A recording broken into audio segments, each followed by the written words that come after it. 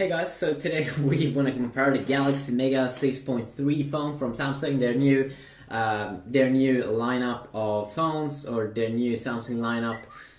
Yeah, that was my phone, that was my Note 2, that was my main phone. I probably got a mail from one of you guys.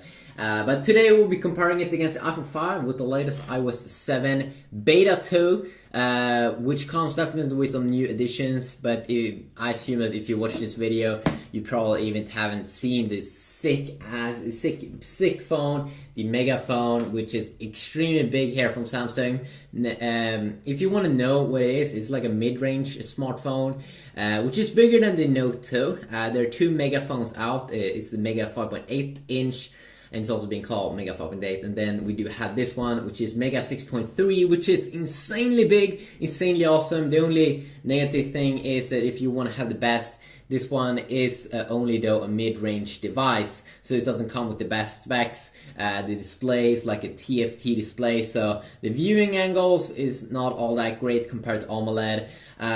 You only get around 8 gigabytes of storage. I'm not sure if they have a 16 gigabyte variant, but it's definitely not a 16 gigabyte variant or like 32 gigabyte variant or 16 gigabyte variant. Well, I'm pretty sure 8 gigabyte or 16 might be available, but I think most storage stores and stuff will only stack the 8 gigabyte variant, so you won't have that much memory. If you want to have a lot of games and you can't install games on the SD card, they've made it a little bit harder. So definitely the games are also becoming way bigger there in terms of its size.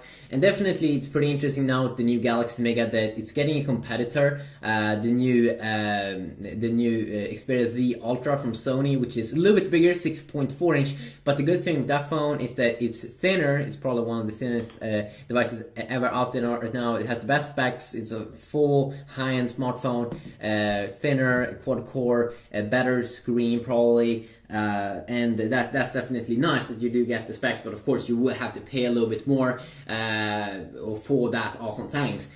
Check out here iOS 7 Beta 2 coming with some new additions over here, tweaks on the lock screen when we are playing music. I'm of course not going to play loud right now because that would be probably some copyright problems, but you can see here how it looks like a little bit edited here on the screen. You still have access, just as in iOS 6, access to the camera pretty quick there to load up with the new panorama mode, but then overall kind of looks the same over there. You still only have of course apps here on the screen. You can't have cool epic widgets that you can have on the Mega. And if you're wondering, is the Mega too big to have? Actually, it's not too big. I can actually have it in my pocket. It's definitely a big phone, and if you don't like the Note series, this is definitely going to be big. But the cool thing is that compared to the Note 2, it kind of feels almost better because it's thinner. So the Xperia Z Ultra is going to be even more cool because when a phone gets thinner, you can have a pretty big device because when it's thin, it feels very, very small. And now, of course, this is still a big device.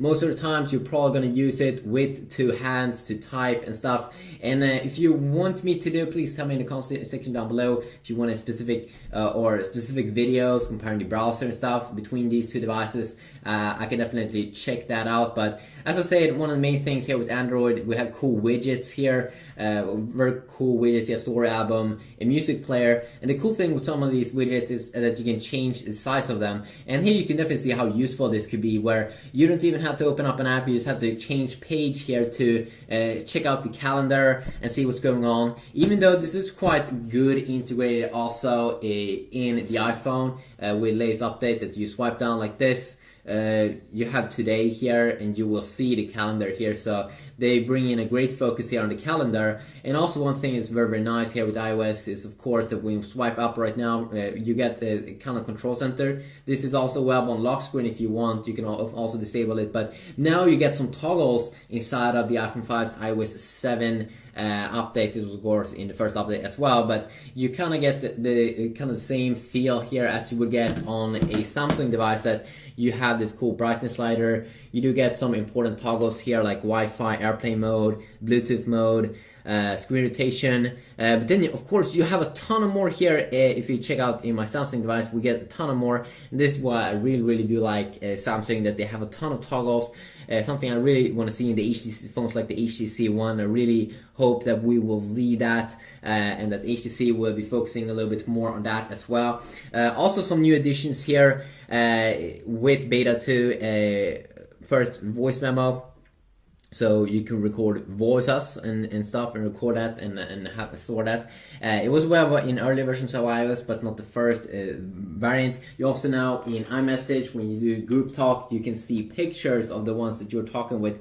Safari could also have some tweaks if you live in the US. I'm pretty sure I didn't see that, but some US websites were informing me about that. The FaceTime app should be a little bit darker. Overall, the phone should definitely feel snappier here.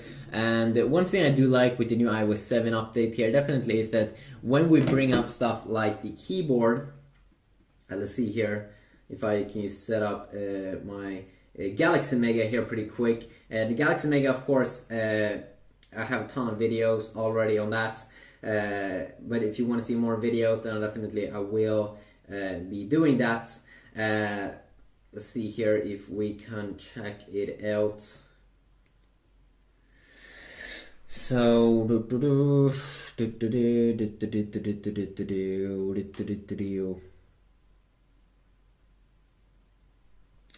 go into the settings area here. We go to my device, we go down, language and input, Samsung keyboard, setup input.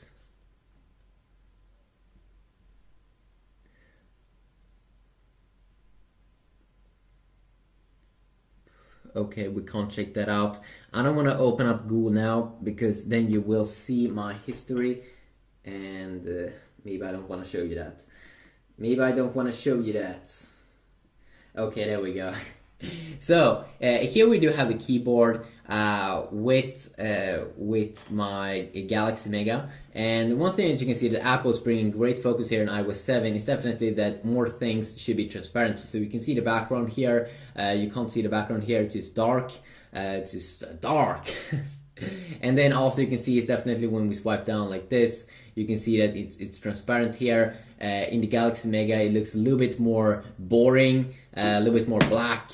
And also when we go into the settings here, Samsung has definitely made it better in the latest in Android 4.2 that we do get with the Galaxy Mega, the latest version of Android, and that they made tabs up here, so very easy to navigate your device. If you want to go to accounts, you just do that. They made a great update there, but still I can't help it to think that the Gingerbread, or it kind of still looks like an old version of Android, or TouchWiz definitely needs to get updated, I think, here in the menus. I don't think it's a super big thing, but I just think it looks very ugly here with the buttons and this black theme over here, compared to what you would get on the iPhone here, which I still think that it looks a little bit more cleaned up and stuff, but Apple's been very good at doing that. If you haven't seen iOS 7, of course, you can see that all the icons have changed. I'm not sure if they're gonna go back to more like a normal look later on. I'm really not sure about that. So we can also check out voice assistant, and I'm probably also going to do separate browser videos because that's kind of interesting. So of course with the Galaxy Mega we do have things like S-Voice, which is Samsung's own voice assistant that they are doing to compete against Apple Siri. So let's first check out Apple Siri and the new male voice. What is 2 plus 2? And you can also see the cool transparent background here. The answer is 4. And you can see it's taking advantage of Wolf from Alpha here. Also, S-Voice is doing that.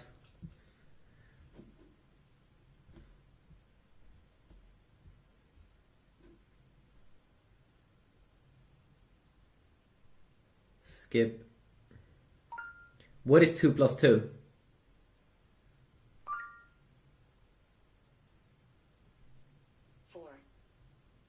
And when we tap on more here, you can see that we can see some more information. Same information actually that you would get on the iPhone, because they're both bringing out Wolfram Alpha. Now let's try to set an alarm on these, because that's usually what I use voice assistant for. Of course, if you want to be a power user, there's just so much things you can do with your phone nowadays. But Set alarm at 5 p.m. Okay, it's on.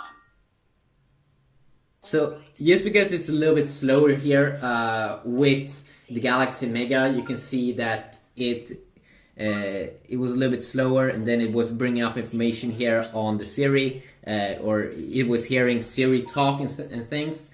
And this one doesn't want to stop talking, or I have to disable it. All right, this is your alarm for 30. Okay, just be quiet.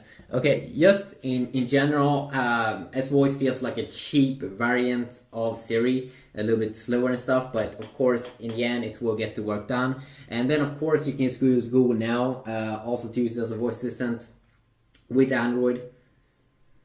Set alarm at 5 p.m.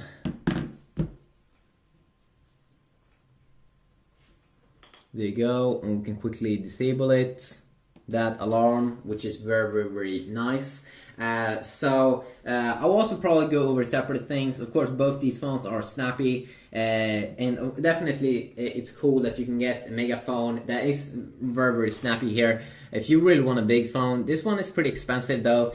But if you want a big fat ass screen and you don't want to wait for the Galaxy Note 3, it's an interesting device. I definitely would love it more with more high-end specs and an S Pen and that, but then of course it would be more expensive. And now we're really closing into the Note 3, which is going to be Samsung's next lineup of big phones, and I'm definitely probably going to pick it up. So in future, I'm probably going to do, if you want, separate videos where I will be comparing things like the browser, maybe do some benchmarking videos and stuff with the Galaxy Mega versus the iPhone. But you can tell me about that in the comment section down below, and I will see you if I read your comment. If I do, usually I try to see if I can find a very nice comment and then respond to that. But you can really see it here that the power with the Galaxy Mega really comes when you want to read a lot of text. It really is big, and it looks awesome, and it's great in many ways. And I want to do videos that you shows why, or the good things, the very good things with the Mega. I mean, especially in terms of gaming, I've made a lot of gameplays on it. I've been doing, just imagine watching movies and stuff. It's gonna be amazing on that device. And there's just so many things you can do with the huge displays. It kind of becomes like a thing that you can replace your computer with. While Apple, a little bit more here with the iPhone, is probably focusing on that the phone is going to be a phone, and then you have your computer, your iMac or something, where Samsung is a little bit more flexible. They are saying that if you want everything on your device and want to have a big display, sure, pick up this device. So, quick little video, hopefully you enjoy. And hopefully that was all in the next one. Yeah, peace.